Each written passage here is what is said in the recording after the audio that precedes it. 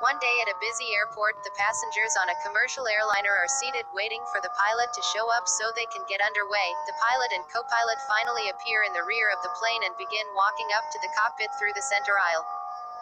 Both appear to be blind. The pilot is using a white cane, bumping into passengers right and left as he stumbles down the aisle. The co-pilot is using a guide dog. Both have their eyes covered with sunglasses. At first, the passengers do not react, thinking that it must be some sort of practical joke. After a few minutes, though, the engines start revving, and the airplane begins moving down the runway. The passengers look at each other with some uneasiness. They start whispering among themselves and look desperately to the stewardesses for reassurance, yet the plane starts accelerating rapidly, and people begin panicking.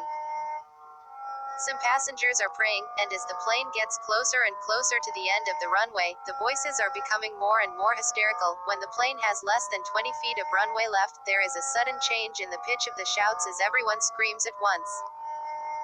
At the very last moment, the plane lifts off and is airborne. Up in the cockpit, the co-pilot breathes a sigh of relief and tells the pilot, "You know, one of these days the passengers aren't going to scream, and we aren't going to know when to take off."